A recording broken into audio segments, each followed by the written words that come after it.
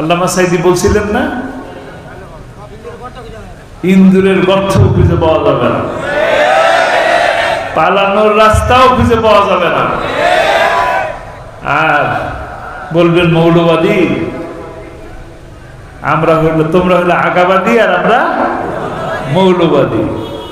গোড়া ধরে এক ঝাটকা মারলে কি হবে? মাওবাড়ি দিল্লি যায় পড়বা। কোথায় পড়ছে?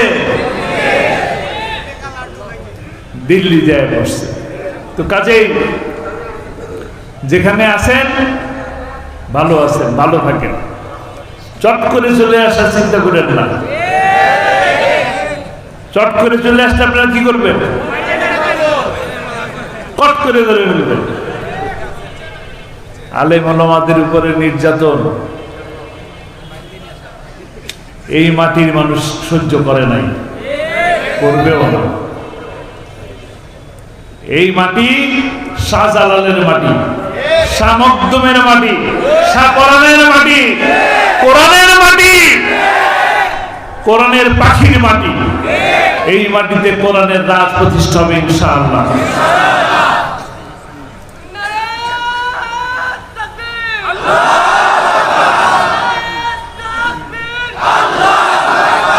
কোন প্রাণী নাই যে আজীবন বেঁচে থাকবে। কোন প্রাণী আছে?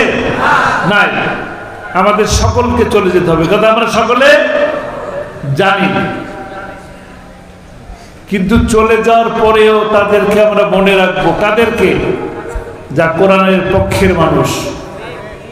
আর কোরআনের বিপক্ষের মানুষকে মানুষ ঘৃণা করবে।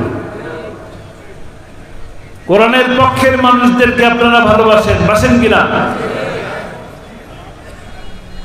কিন্তু কোরআনের বিপক্ষের মানুষরা আসে, এসে উন্নয়নের নাম দিয়ে কি করে? পকেট ভারী করে। ভোটের আগে এসে বলে মালয়েশিয়া বানায় ফেলবো, সিঙ্গাপুর বানায় ফেলবো। কিন্তু ভোটের পরে কি করে? সিঙ্গাপুরে নিজের বাড়ি বানায়, কানাডায় বেগমপাড়া বানায়। আর বাংলাদেশে কি করে? দুবাই দিয়ে চলে যায়, ব্যাংক খালি করে ফেলে। আজব কারবার। আগামী দিকে এগুলো হতে দিবেন আপনারা? বারবার কি আপনারা স্বাধীনতা চাবেন? বারবার কি আমাদের রক্ত দিতে হবে? বারবার কি আমাদের এই ছাত্র জনতা রাস্তায় নামে আসবে? আবু সাইদ বারবার কি আসবে, জন্ম নেবে? মুগ্ধ কি বারবার আসবে? আসবে না। আল্লাহ তাআলা তাদেরকে জান্নাত নসিব করুন, তাদের এই ত্যাগকে কবুল করুন, তাদের পরিবারকে ধৈর্য ধরে থাকার তৌফিক দান করুন। কিন্তু আমাদের কিছু কাজ আছে। তারা যে জীবন দিয়ে গেল, তাদের জীবনের বিনিময়ে আজকে আমরা যে স্বস্তির এই যে দেশ পেলাম, আমরা যে এই স্বস্তির দেশ পেলে এই যে কথা বলার সুযোগ পেলাম, এই সুযোগ কি আপনারা অব্যাহত রাখতে চান কিনা? অব্যাহত রাখতে চান। আল্লামা সাইদিকেও ভালোবাসেন, আবার এই সুযোগও চান নাকি? তাহলে তো একটা কাজ করা লাগবে, একটা কাজ করা লাগবে না? এই সুযোগকে যদি আমরা, এই বিজয়কে যদি আমরা কাঙ্ক্ষিত বিজয়ের লক্ষ্যে নিয়ে যেতে চাই, তাহলে আমাদেরকে একটা কাজ করতে হবে। আপনারা খুব সহজভাবে চিন্তা করেন, একটা মসজিদের ইমামকে যখন আপনারা নিয়োগ দেন, তখন আপনারা কি করেন? ইমাম সাহেবের মাথায় টুপি আছে কিনা, দাড়ি এক মোট রাখছে কিনা, পাঞ্জাবি লম্বা পরছে কিনা, পায়জামা টাকটুর উপরে আছে কিনা, বউ পর্দা করে কিনা, মেয়ে কি স্কুলে পড়ে কিনা নাকি মাদ্রাসায় পড়ে, ছেলেটা ভালো কিনা, এত কিছু যখন পরীক্ষা করেন, ভোট দেওয়ার সময় এটা চিন্তা করেন কিনা যে আমি চুরি করি কিনা? 5 বছর যে আমার উপরে দায়িত্ব দিচ্ছে, আমি কেমন মানুষ, এই পরীক্ষাটা কেন করেন না? করবেন, করবেন। আল্লামা সাইদির একটা স্বপ্ন ছিল, প্রতিটা মানুষ দুনিয়া থেকে চলে যাবে, কিন্তু তার যে স্বপ্ন থেকে যাবে, সেই স্বপ্নটা বাস্তবায়ন করার দায়িত্ব কার? আল্লামা সাইদির স্বপ্ন বাস্তবায়ন করার দায়িত্ব কার? তার স্বপ্ন কি ছিল? তিনি প্রতিটা মাহফিলের মধ্যে বলতেন যে কোরআনের রাজ প্রতিষ্ঠা হয়েছে, এই দৃশ্য দেখে আমি যেন মরতে পারি। তো তিনি তো চলে গেলেন, তিনি একটি সুন্দর হাসি দিয়ে আপনাদের সকলকে সালাম জানিয়ে বিদায় নেবেন। নিলেন কিনা? এরকম হাসি কি আর পাবেন? এরকম হাসি কি আর দেখতে পাবো আমরা? আর কি তার কণ্ঠে কোরআনের আয়াত শুনবো, তেলাওয়াত শুনবো? তার সালাম কি আর কোনোদিন শুনতে পারবো? পারবো না। তাহলে তার সেই স্বপ্নকে বাস্তবায়ন করতে হবে। তার স্বপ্ন বাস্তবায়ন করার জন্য কি করবো আমরা? তার স্বপ্ন বাস্তবায়ন করার জন্য ইউনিয়ন পরিষদের মেম্বার থেকে শুরু করে চেয়ারম্যান, উপজেলা চেয়ারম্যান, ভাইস চেয়ারম্যানগণ, পৌরসভার মেয়র, সিটি কর্পোরেশনের মেয়র, কাউন্সিলর, সর্বশেষ জাতীয় সংসদের সংসদ সদস্য, ভোট দেওয়ার সময় কি চিন্তা করব? নামাজ পড়ে কিনা, নামাজ পড়ে কিনা, মাথায় টুপি আছে কিনা, মুখে দাঁড়িয়ে আছে কিনা, এই সুন্নতই তো যাবে নাকি? দাড়ির সুন্নতটাই তো যাবে, সেই সুন্নত আছে কিনা, সত্য কথা বলে কিনা, চুরের বিরুদ্ধে কিনা, দুর্নীতির বিরুদ্ধে কিনা, এগুলো সব লক্ষ্য করতে হবে। যখন দেখবেন যে হ্যাঁ ঠিক, তখনই আপনি সৎ লোকের শাসন কায়েম করতে পারবেন। আর এই সৎ লোকরা যখন ক্ষমতায় যাবে, তখনই কোরআনের রাজ প্রতিষ্ঠা হবে ইনশাআল্লাহ। আসুন আমরা প্রত্যেকেই কোরআনকে বোঝার চেষ্টা করি, কোরআনকে মানার চেষ্টা করি, কোরআনের সাথে যারা আছে তাদেরকে সহযোগিতা করি। আমি কোরআন বুঝি না, আমি হয়তো কোরআন পড়তে পারি না, এই কারণে কোরআনের কাছেও গেলাম না, কোরআনের পক্ষের মানুষকেও সহযোগিতা করলাম না, এটা হইতে পারে না। আমরা কোরআনের পক্ষের মানুষের সাথে থাকব। কোরআনের কথা যিনি বলেন, যারা বলেন তাদের সাথে থাকবো। আপনারা রাজি আছেন কিনা? দুই হাত উঁচু করে দেখাতে পারবেন? আল্লাহ তাআলা আমাদের হাতকে কবুল করুন, আমাদের হাতকে কবুল করুন। নারে তাকবীর, কোরআনের আলো সংসদে চালো, আল হাদিসের আলো সংসদে চালো, সাইদি সাহেবের রক্ত পিঠা যেতে দেব না। এখন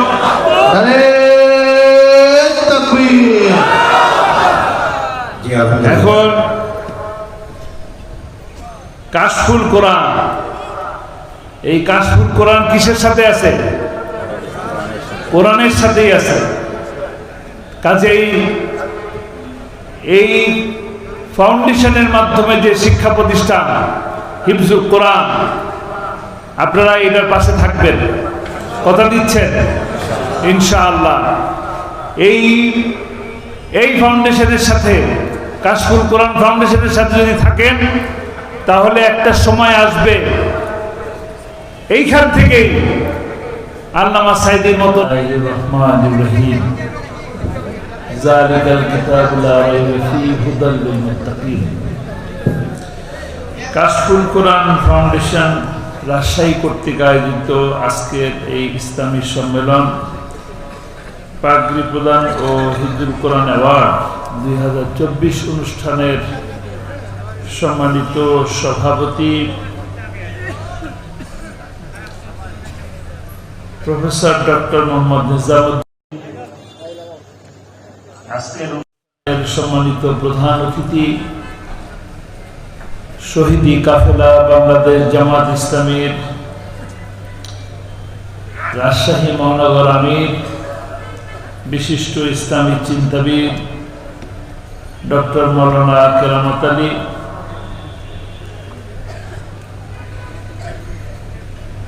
আজকের অনুষ্ঠানের তাফসীরকারগণ, আলোচকগণ, সম্মানিত বিশেষ অতিথিবৃন্দ, সামনে উপবিষ্ট আমার প্রাণপ্রিয় ভাইরা, ইলেকট্রনিক্স মিডিয়ার প্রিয় সাংবাদিকবৃন্দ, পর্দার আড়ালের মা ও বোনেরা,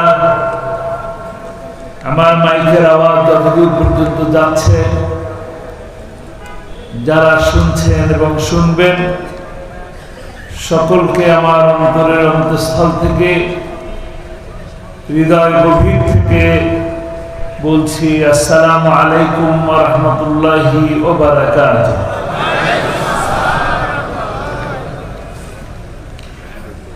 সর্বপ্রথম মহান মনিবের দরবারে শুকরিয়া আদায় করি, আল্লাহ সুবহানাহু ওয়া তাআলা এই গভীর রাতে কোরআনের কিছু কথা, কোরআনের পাখির হিফজ করার বদৌলতে পাগড়ি প্রদান এবং অ্যাওয়ার্ড প্রদান অনুষ্ঠানে উপস্থিত হওয়ার সুযোগ দেওয়া, কথা বলার সুযোগ যে দিয়েছেন যিনি, মহান সেই মনিবের দরবারে হৃদয় খুলে উজাড় মনে শুকরিয়া আদায় করি, বলি আলহামদুলিল্লাহ। রব্বানা লাকাল হামদ হামদান কাসীরান তাইয়্যিবান মুবারাকান ফি। সেই সাথে একটা ধন্যবাদ দেওয়া জরুরি। কাকে? আল্লাহকে ধন্যবাদ দিলাম, আলহামদুলিল্লাহ। একটা ধন্যবাদ দেওয়া জরুরি কাশফুল কোরআন ফাউন্ডেশনকে, যারা এত সুন্দর প্যান্ডেল, এত সুন্দর মঞ্চের আয়োজন করলেন, আপনাদের কাছে দাওয়াত পৌঁছালেন, বিশিষ্ট ব্যক্তিবর্গরা আপনাদের সামনে কথা বললেন, যারা এই আয়োজন করলেন তাদেরকে একটা ধন্যবাদ দেওয়া উচিত কিনা? উপস্থিত সকল ভাইয়ের পক্ষ থেকে আমি কাশফুল ফাউন্ডেশনের সকল কর্মকর্তাকে ধন্যবাদ জানাই, মোবারকবাদ জানাই, শুভেচ্ছা জানাই। আল্লাহ তাআলা তাদের এই খিদমতকে কবুল করুন। আজকের এই অনুষ্ঠানে উপস্থিত হওয়ার কারণে শেষ বিচারের দিন আল্লাহ তাআলা যেন আমাদেরকে এই অনুষ্ঠানের বিনিময়ে নাজাতের উসিলা তৈরি করে দেন।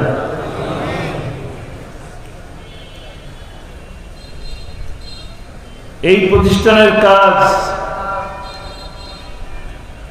হিফজুল কোরআন, কোরআনকে মুখস্থ করা। আর এই কোরআন নাজিল হয়েছে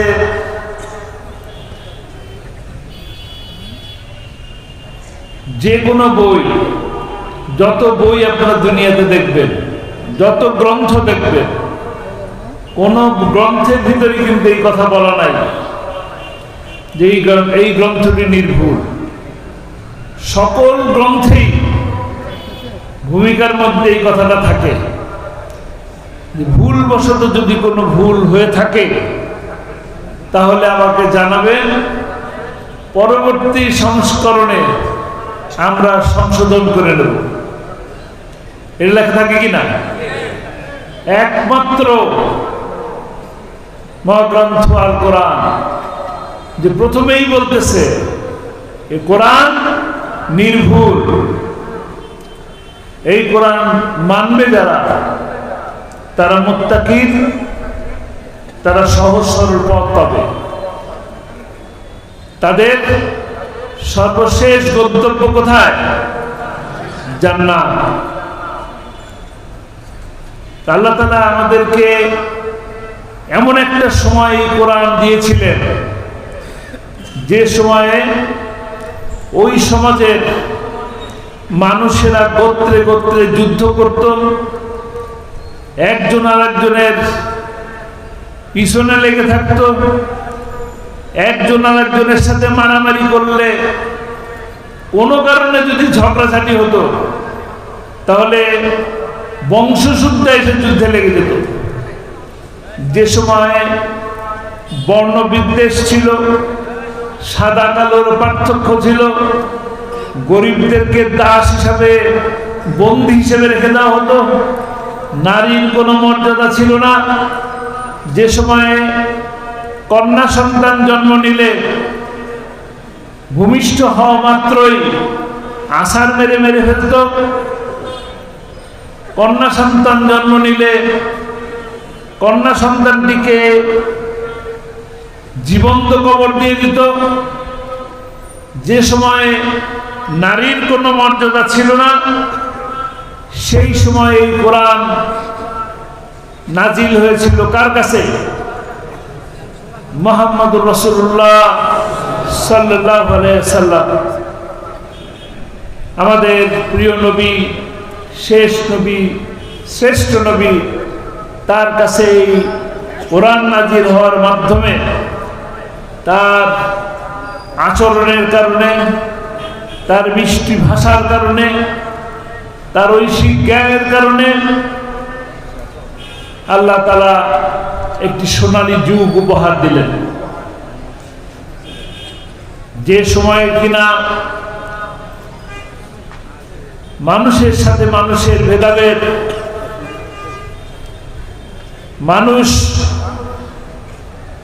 মানুষকে দাস হিসাবে ব্যবহার করে, সেই সময় নবী করিম সাল্লাল্লাহু আলাইহি সাল্লাম কোরআনের মওজিজা দিয়ে একটি সোনালী, স্বর্ণালী, একটা নিরাপদ সোনালী যুগ উপহার দিলেন।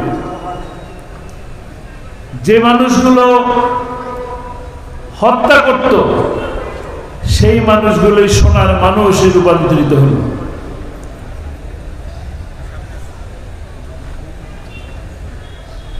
কি দিয়ে? তারা কি জান্নাত দেখছেন? তারা কি জাহান্নাম দেখছেন? তারা কি আল্লাহ দেখছেন? দেখেন নাই। শুধুমাত্র আল্লাহর হাবিব, আমাদের প্রিয় নবী, আখিরে নবী মুহাম্মদুর রাসূলুল্লাহ সাল্লাল্লাহু আলাইহি সাল্লামের মুখের কথা, তার মুখের কথাকে বিশ্বাস করে তারা আল্লাহর প্রতি ঈমান এনেছিল, এবং সেই ঈমান আনার কারণেই সোনালী সেই দিন এসেছিল। আপনারা কি সেরকম একটি সোনালী দিন আবার ফেরত চান কিনা? চান, তাই না? সোনালী দিন ফিরে আসার জন্য কোরআনকে বুঝতে হবে। কোরআনের এই দাওয়াত আমরা যদি আমাদের ভাইদের কাছে, বোনের কাছে পৌঁছে দিতে পারি, আপনারা তো নিশ্চয়ই কোরআনের পাখিকে ভালোবাসেন নাকি? কোরআনের পাখিকে চিনেন? কে? জোরে বলেন, শুনতে পারি নাই। ভুলে গেছেন নাকি? ভুলে যাবে? ভোলা যাবে না। কোরআনের পাখি এই রাজশাহী থেকে শুরু করে গোটা বাংলাদেশ ব্যাপী এই কোরআনের দাওয়াতি আপনাদের কাছে পৌঁছে দিচ্ছেন নাকি? আর কোনো কাজ করছেন? ইচ্ছা করলে বড় বড় ব্যাংকের মালিক হতে পারতেন, ইচ্ছা করলে বড় বড় বাড়ির মালিক হতে পারতেন, ইচ্ছা করলে মন্ত্রী হতে পারতেন, কিন্তু তিনি তা করেন নাই। গোটা জাতির জন্য, বাংলাদেশ সহ গোটা বিশ্বের কাছে 1000 ব্যাংকের মধ্যে শ্রেষ্ঠ একটা ব্যাংক, কি নাম বলেন? ইসলামী ব্যাংক। এই ইসলামী ব্যাংক প্রতিষ্ঠা করছেন, আপনার আমার গোটা দেশের জন্য সেবা করে গেছেন, ঠিক কিনা? ঠিক। কারণ এই দেশের মানুষ সুদমুক্ত হোক, এই দেশের মানুষ সুদমুক্ত হলে একটি শান্তির দেশ গড়া সম্ভব হতো। ইচ্ছে করলে তিনি মন্ত্রী হতে পারতেন। কবে জানেন? এরশাদ সরকার যখন ক্ষমতায় ছিলেন তখন তাকে 3 বার মন্ত্রিত্বের অফার দেওয়া হয়েছিল, কিন্তু মন্ত্রিত্ব তিনি চান নাই। তিনি কি চেয়েছিলেন? কোরআনের দাওয়াত দিতে চেয়েছিলেন। গোটা বাংলাদেশ ব্যাপী কোরআনের দাওয়াত দিতে যে রাম বাম এবং নাস্তিকেরা তার এই দাওয়াতকে সহ্য করতে পারে নাই। তার এই কোরআনের দাওয়াত দেওয়ার কারণে বাংলাদেশের সহ বিশ্বের হাজারো বেশি অমুসলিম তার হাতে ইসলাম ধর্ম গ্রহণ করেছে। এইটা কি সহ্য করার মতো? সহ্য করার মতো না বলেই ওনারা কোনো কিছু যখন পায় নাই তখন ৭১-এর কালিমা তার গায়ে লাগানোর চেষ্টা করা হয়েছে। ৭১-এর ইতিহাস আমাদের গৌরবের ইতিহাস। আমাদের সেই গৌরবের ইতিহাসকে তারা বিকৃত করেছে।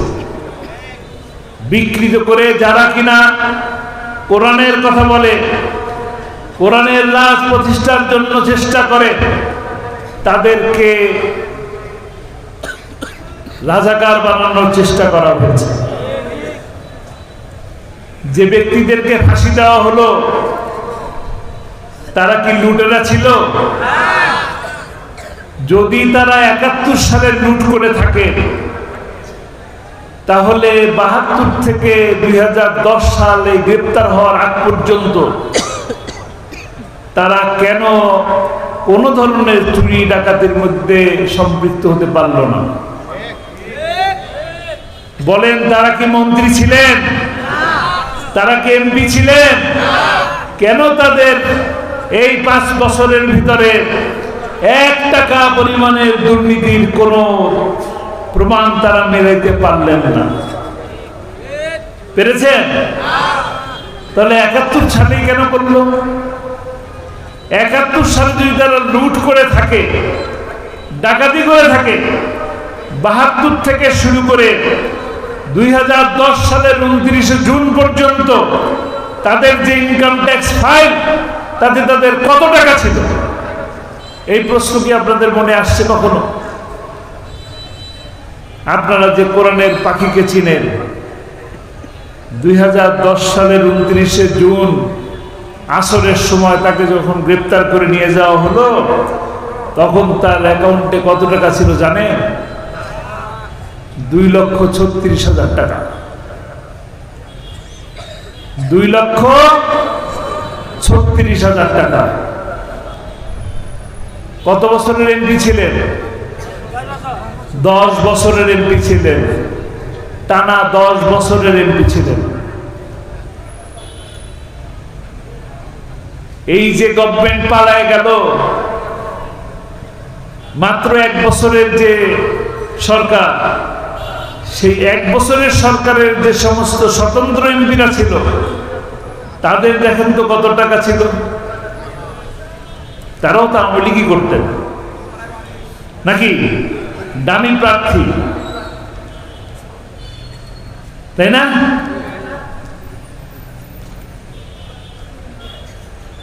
আসলে যারা দুর্নীতির সাথে থাকে, যারা মানুষের উপর জুলুম করে, তারা কখনোই টিকে থাকতে পারে না। যতই ষড়যন্ত্র করেন না কেন, যারা কোরআনের সাথে থাকে, সুন্নাহর সাথে থাকে, তাদেরকে আল্লাহ তাআলা সম্মানিত করেন। দুনিয়াতেও সম্মানিত করেন, আখিরাতেও সম্মানিত করেন। যে মানুষগুলোকে যুদ্ধ অপরাধী বানানোর চেষ্টা করা হয়েছে, যে মানুষগুলোকে ধর্ষক বানানোর চেষ্টা করা হয়েছে, যে মানুষগুলোকে লুটেরা বানানোর চেষ্টা করা হয়েছে, সেই মানুষগুলোকে এখন মানুষ মোবাইলের মধ্যে ধারণ করে প্রতিদিন তাদের বক্তব্য শোনেন কিনা?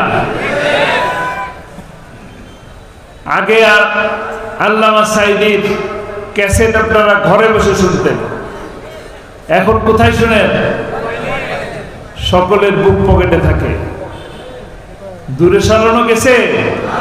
যায় নাই, আরো বেশি বুকের কাছে আসছে, কলিজার মধ্যে আরো বেশি ঢুকে গেছে। কিসের কারণে? কোরআনের কারণে।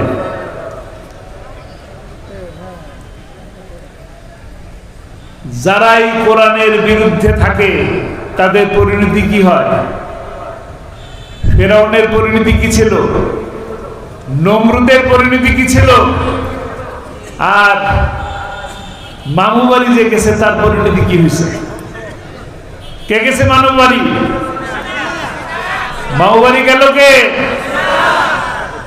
ওই যে ঝিনাইদার একজন এমপি ছিল আনার, মনে আছে আপনার নাম? 28শে ফেব্রুয়ারিতে যখন আল্লামা সাঈদীর বিরুদ্ধে রায় দেয়, ফাঁসির রায়, সেই রায়ের খুশিতে মিষ্টি খাওয়া, তারপরে মিছিল করছে, মিছিল করে বক্তব্য রাখছে রায় দ্রুত কার্যকর করতে হবে এবং বাংলার মাটিতে আল্লামা সাঈদীর দাফন দেওয়া হবে না। কার দাফন হয় নাই? কার দাফন হয় নাই? আল্লামা সাঈদীর দাফন হয়েছে। তাকে রাজশাহী থেকে, দিনাজপুর থেকে, টেকনাফ থেকে, তেঁতুলিয়া থেকে সারা বাংলাদেশের মানুষ প্রতিদিন তার কবর জিয়ারত করতে যায়। কবর জিয়ারত করা জরুরি না, যার যার স্থান থেকে প্রতিটা দিন তার জন্য দোয়া হয় কিনা? আর যারা কোরআনের বিরোধী ছিল, যারা কোরআন বিদ্বেষী ছিল, যারা কোরআনের পক্ষের মানুষের উপরে নির্যাতন করেছে, জুলুম করেছে, যাদেরকে জেল দিয়েছে, রিমান্ড দিয়েছে, লগি বৈঠা দিয়ে হত্যা করা হয়েছে, যারা হত্যাকারী ছিল তারা কি করলো? পালিয়ে গেল। আল্লামা সাঈদী বলছিলেন না, ইন্দুরের গর্ত খুঁজে পাওয়া যাবে না, পালানোর রাস্তাও খুঁজে পাওয়া যাবে না। আর বলবেন মৌলবাদী, আমরা হইলো, তোমরা হইলো আগাবাদী আর আমরা মৌলবাদী। গোড়া ধরে এক ঝাটকা মারলে কি হবে? মাওবাড়ি দিল্লি যায় পড়বে। কোথায় পড়ছে? দিল্লি যায় পড়ছে। তো কাজেই যেখানে আছেন ভালো আছেন, ভালো থাকেন, চট করে চলে আসার চিন্তা করেন না। চট করে চলে আসলে আপনারা কি করবেন? কট করে ধরে ফেলবেন। আলেম ওলামাদের উপরে নির্যাতন এই মাটির মানুষ সহ্য করে নাই, করবেও না। এই মাটি শাহজালালের মাটি, শাহ মখদুমের মাটি, শাহ কোরআনের মাটি, কোরআনের মাটি, কোরআনের পাখির মাটি। এই মাটিতে কোরআনের রাজ প্রতিষ্ঠা হবে ইনশাআল্লাহ।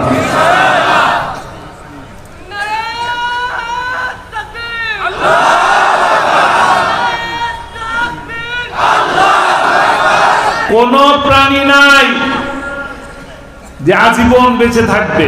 কোন প্রাণী আছে? নাই। আমাদের সকলকে চলে যেতে হবে, কথা আমরা সকলে জানি।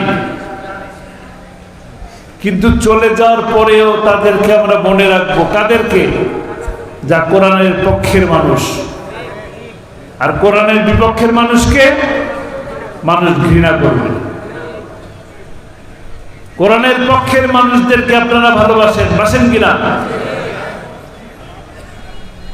কিন্তু কোরআনের বিপক্ষের মানুষরা আসে, এসে উন্নয়নের নাম দিয়ে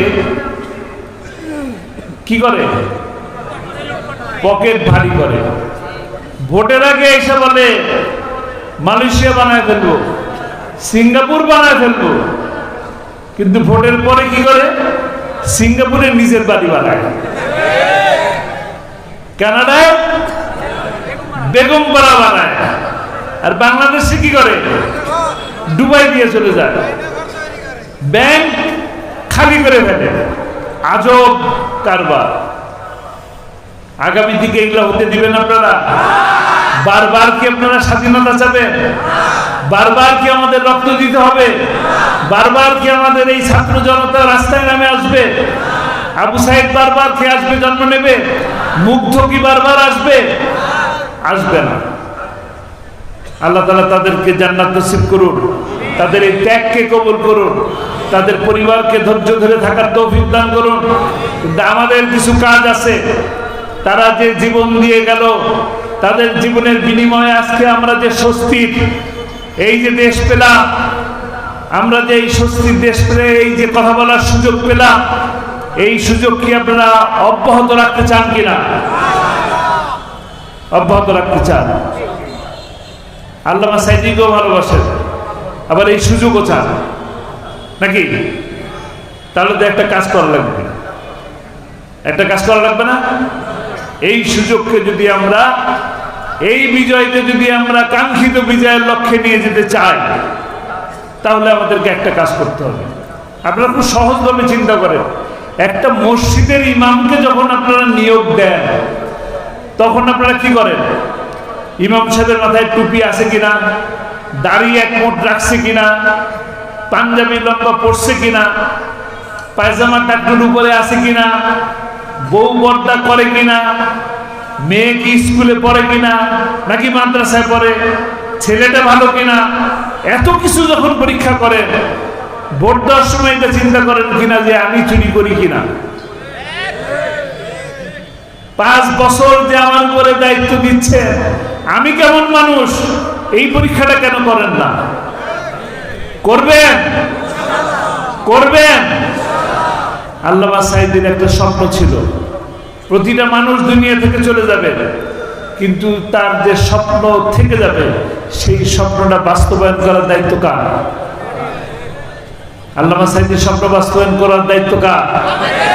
তার স্বপ্ন কি ছিল? তিনি প্রতিটা মাহফিলের মধ্যে বলতেন, কোরআনের রাজ প্রতিষ্ঠা হয়েছে, এই দৃশ্য দেখে আমি যেন মরতে পারি।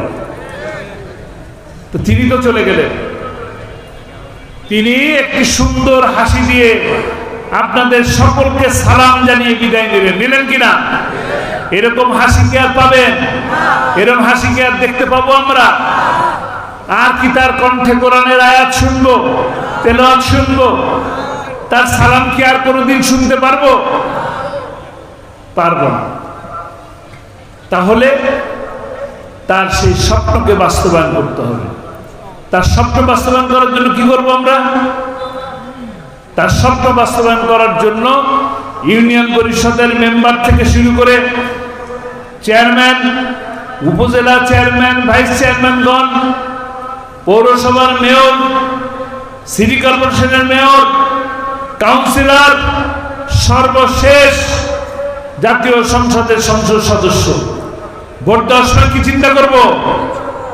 নামাজ পড়ে কিনা, নামাজ পড়ে কিনা, মাথায় টুপি আছে কিনা, মুখে দাড়ি আছে কিনা, এই সুন্নতই তো যাবে নাকি? দাড়ির সুন্নতটাই তো যাবে, সেই সুন্নত আছে কিনা, সত্য কথা বলে কিনা, চুরের বিরুদ্ধে কিনা, দুর্নীতির বিরুদ্ধে কিনা, এগুলো সব লক্ষ্য করতে হবে। যখন দেখবেন যে হ্যাঁ ঠিক, তখনই আপনি সৎ লোকের শাসন কায়েম করতে পারবেন।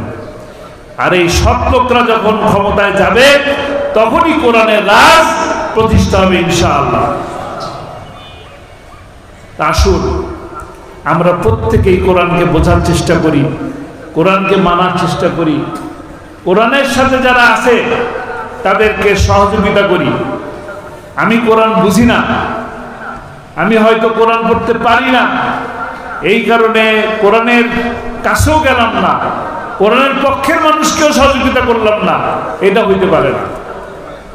আমরা কোরআনের পক্ষের মানুষের সাথে থাকব। কোরআনের কথা যিনি বলেন, যারা বলেন তাদের সাথে থাকব। আপনারা রাজি আছেন কিনা? দুই হাত উঁচু করে দেখাতে পারবেন? আল্লাহ তাআলা আমাদের হাতকে কবুল করুন। নারে আমাদের হাতকে কবুল করুন। তাকবীর, নারে তাকবীর। আল কোরআনের আলো সংসদে চালো, আল হাদিসের আলো